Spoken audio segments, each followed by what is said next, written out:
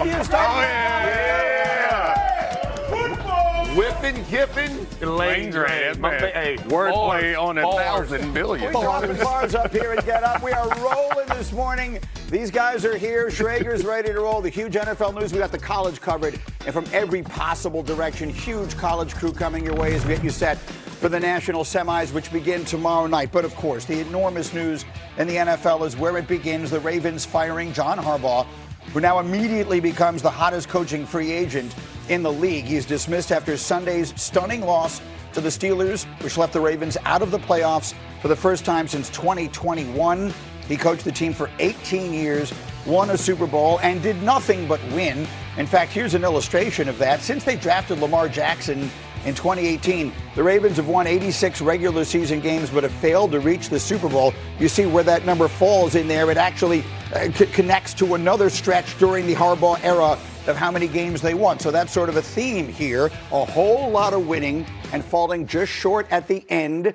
And there are a whole lot of other factors. So put your feet up. We've got the explanation, and then we'll tell you what it all means. For the explanation, we turn to Peter Schrager. What happened? Yeah, look, there was a lot of smoke going into the final month of the season that if the Ravens had missed the playoffs, there was a chance that John Harbaugh would not be back. They missed the playoffs in the most unlikeliest of fashions on that missed field goal by Tyler Loop. But Monday, there was nothing. And then Tuesday, there was a meeting set for John Harbaugh and the leadership and ownership of the Ravens. And I still didn't get the feeling that it was going to be Harbaugh out. In fact, no one in that building did. Harbaugh went in there, and if I could tell you that no one was surprised with the outcome, but I think everyone was shocked with how it went down and how rapidly. The meeting lasted about 45 minutes, and Harbaugh was told that the team was going to go in a different direction. One of the key disconnects, apparently, from reporting that I've done and others have, is Harbaugh's vision of his coaching staff moving forward and what ownership and leadership's vision was moving forward. That could be coordinators, but I was also told this was not Lamar Jackson saying it's Harbaugh or me.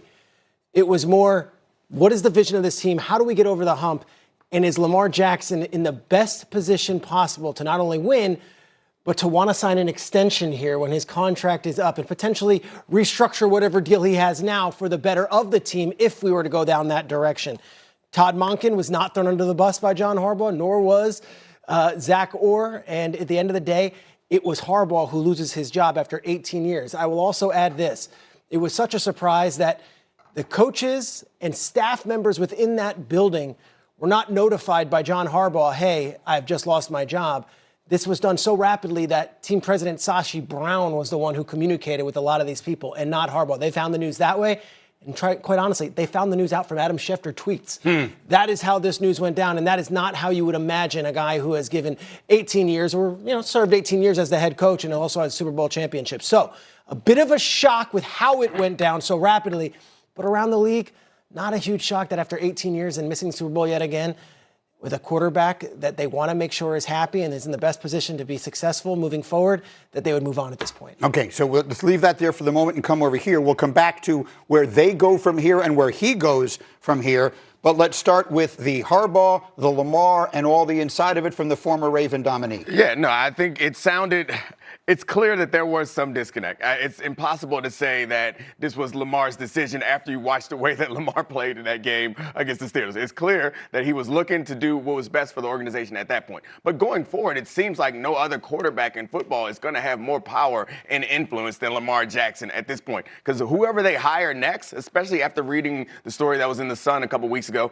whoever they hire next needs to be someone that can connect with this quarterback in a way that it felt like the coaching staff didn't anymore. And that could be Harbaugh and it could be Monken. I think it sounds like Peter's reporting suggests that it wasn't as contentious as other people think, but it felt like that there was a ton of tension on that team between some of the top tier players and the coaching staff. That's over. From here going forward, like, the coaching staff's going to be fine. They're all going to get paid, and Harbaugh is going to get whatever job he wants and teams going forward. But the future for the Ravens, I think, the legacy of the players that are there, or Lamar. The players, Lamar's the guy.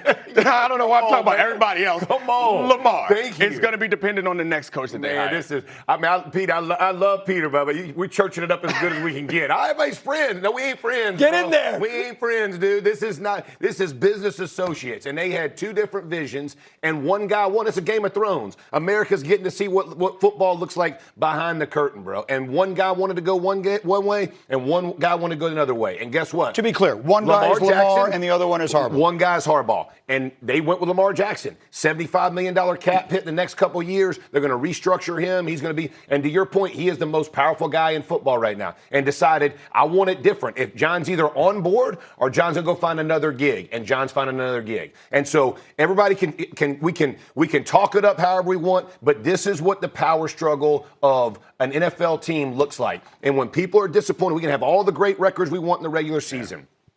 You're going to be clearly defined on playoff victories and Super Bowl champions. Is it fair? No. Is life fair? No. John Harbaugh is going to be fine. Lamar Jackson is going to be fine. But this is, nothing ends well, and you could feel it. When you have a guy who's been around your team for a long time, writing the article he wrote about Lamar Jackson, kind of what was going on and all the different things. No, guys don't write, beat writers don't write stuff like that unless they know it's fact. And so there was an obvious source of contention between those two men, and they can tell everybody how much they love each other, and maybe they do, but they couldn't work together anymore. And at the end of the day, somebody was going to lose their gig, and they weren't moving on from Lamar Jackson, so they moved on from Harbaugh. Yeah, multiple things could be true, which is to say Lamar Jackson doesn't have to have walked in there and said it's him or me. Nope, that's right. For it to have been pretty clear that he was looking to go in a different direction. So there is the where do they go from here and where does he go from here that come up next. Let's start with the Ravens. What should we be thinking about? The Ravens is interesting. I think the immediate thought is, let's look at all the different coordinators and coaches who have been there in recent years, have had success. Jesse Minter is the defensive coordinator of the Chargers, works for Jim Harbaugh, and coached there for 4 years as an assistant in Baltimore. Anthony Weaver used to be a defensive coach there, and now he's in Miami and had an outstanding year as defensive coordinator there. I would say, hold off on that just yet. When you make a change like this, after 18 years of one coach and that coaching tree, this might be the time to do a clean sweep and get an entirely fresh new set of eyes. That's not saying that Minter or Weaver aren't the guys, but this could be someone who has no Ravens ties at all. Right. It could be an outside-the-box situation. It could also be someone that they think connects with, guess who? Lamar Jackson. Right. An offensive coach comes to mind, and also someone who might be forward-thinking. Names, we can go through them all. We could talk about Clint Kubiak, who's in Seattle right now and has had great success.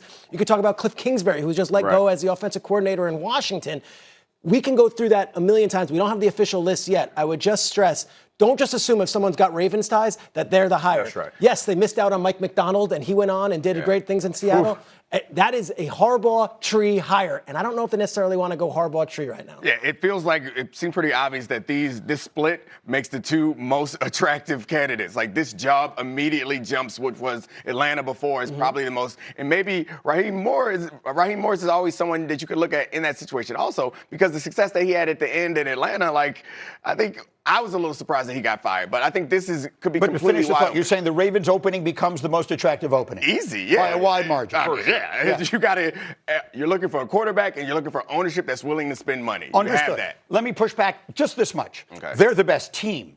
However, I've always said, and the Alabama job when Kalen DeBoer took it was the worst job in America because you don't want to be the guy who follows the guy. I don't want a job where you tell me if you don't win the whole thing in the first year, you're a failure. They just got rid of John Harbaugh after 18 years. Why? Because he didn't win the Super Bowl. So if the next guy doesn't win the Super Bowl in the first 2 years, he didn't get the job done. I understand your point, but there's another way to look at it, too. If you're a coach with no experience, if you're going to hire a guy with experience. No coach looks at it that way. Right.